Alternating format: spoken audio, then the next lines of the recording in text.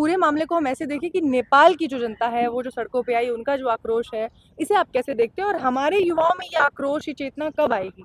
देखिए देखिए आप समझिए, हाँ, नेपाल का जो मामला है हाँ, वो स्पष्ट तौर पर असंतोष, हुँ, निरंकुश सत्ता हुँ, और दमन का है। हुँ, जब जब इस तरीके से सरकार दमन करेगी, हुँ, जनता आगे आएगी। हुँ, और यहाँ तो मतलब हुँ, हमारे देश में तो ओली ने तो 19 मौतों पर हुँ, जो है इस्तीफा दे दिया। हाँ, हमारे देश में तो 750 किसान हुँ, शहीद हो गए।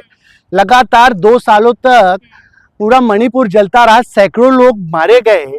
तब भी ये निर्लज्ज बेशरम जो है इन्होंने इस्तीफा नहीं दिया और उल्टा मतलब तीसरी बार वोट चोरी करके जो है सत्ता में आ गए। तो इस्तीफा आज दिया नहीं, इस्तीफा छीन के लिया जनता ने। नहीं नहीं, आज तो वोट चोरी इतना मतलब जिस लोकतंत्र में मेरी बहन चुनाव आयुक्त ही एक पार्टी की सत्तारूढ़ पार्टी का भाषा बोलने लगे, जिस लोकतंत्र में जो है लोक इलेक्टोरल रोल की सैंक्टिटी और इंटेग्रिटी ही मैनेज हो जाए, तो फिर उस लोकतंत्र में क्या वो लोकतंत्र बचा भी है?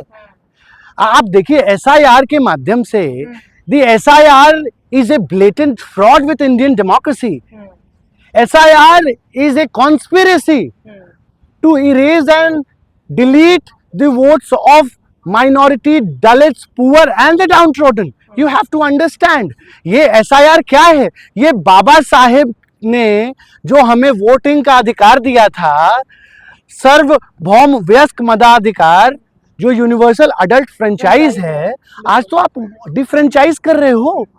आप लोगों के वोटिंग का अधिकार, मतलब यही एक ऐसा अधिकार है कि ये नहीं देखता वोटिंग का अधिकार कि वो अडानी को भी एक ही वोट का अधिकार है और इस देश के दलित, किसान, मजदूर, दबे कुचले, वंचित, शोषितों को भी वही एक अधिकार मिला है। आज तो सरकार वो भी अधिकार छीनना चाह रही है।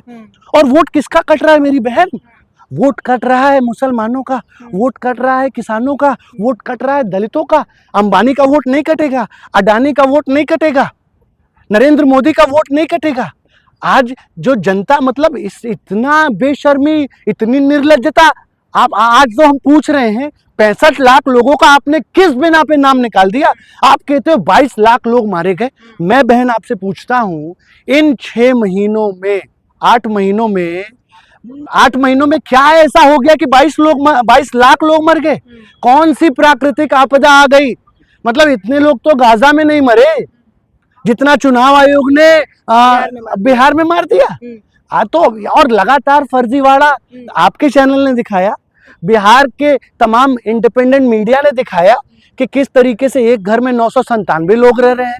मतलब पहली बार ऐसा हुआ, चुनाव आयोग ने ऐसे लोगों का एपिक नंबर दे दिया जिसपे डोगेश कुमार, एक मुन्ना कुमार है, वो जो है 70 जगह उसका जो है इलेक्टोरल रोल में नाम है।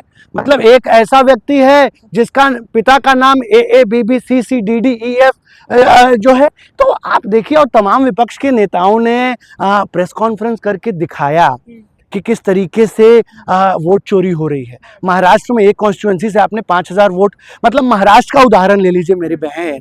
मतलब जनता को आप इतना भोला मत समझे, भाजपा RSS, ये जनता है।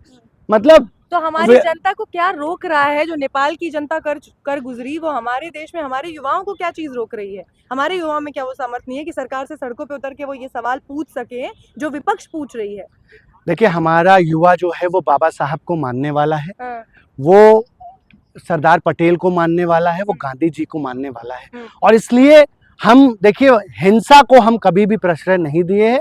ये भारत की संस्कृति रही है और भारत का सारे धर्म भी कहते हैं कि अहिंसा परमो धर्म। तो हम हिंसक नहीं चाहते हैं, हम चाहते हैं कि ये सरकार सतर्क हो जाए। और अगर सतर्क नहीं होगी तब फिर हमारे पास भी सड़कों पे हमने आंदोलन किया, हमने किसान आंदोलन किया, देखा आपने कि किस तरीके से शांतिपूर्ण ढंग से हमने आंदोलन किया और इस सरकार को मजबूर किया तीनों कृषि कानून वापस लेने पे। इसी तरीके से पूरा देश जो है वो आएगा। और मैं यही कहना चाहूंगा चंद लाइनों इस सरकार से कि इस देश की जनता ये कह रही है कि तुमने सदियों है लूटा हमारा सुकून, अब ना हम पर चलेगा तुम्हारा फुसूं।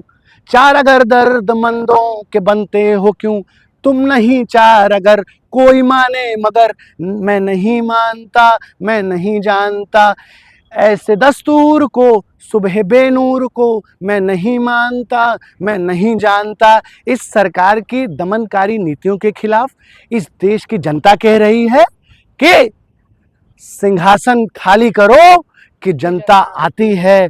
और जनता ने स्पष्ट तौर पर भाजपा के खिलाफ मूड बना लिया है। आज तो लोग कह रहे हैं कि तख्त बदल दो, ताज बदल दो, बेईमानों का राज बदल दो, और सत्ता को सतर्क हो जाना चाहिए नेपाल की घटना से। बिल्कुल, क्योंकि इस देश का युवा सच में आक्रोश में है। मैं धमकी नहीं दे रहा हूँ, मैं बता रहा हूँ क्योंकि मैं खुद युवा हूँ। इस देश का किसान आक्रोशित है, इस देश का मजदूर आक्रोशित है, और जब ये आक्रोश बढ़ता है ना तो ज्वालामुखी बनता है, और जब ज्वालामुखी फटता है तो फिर जनता के सब्र का बांध जब टूटता है ना तो बड़ी बड़ी सरकारें दमी दोज हो जाती हैं। ये नरेंद्र मोदी और भाजपा की सरकार कोई नई सरकार नहीं है इस देश में।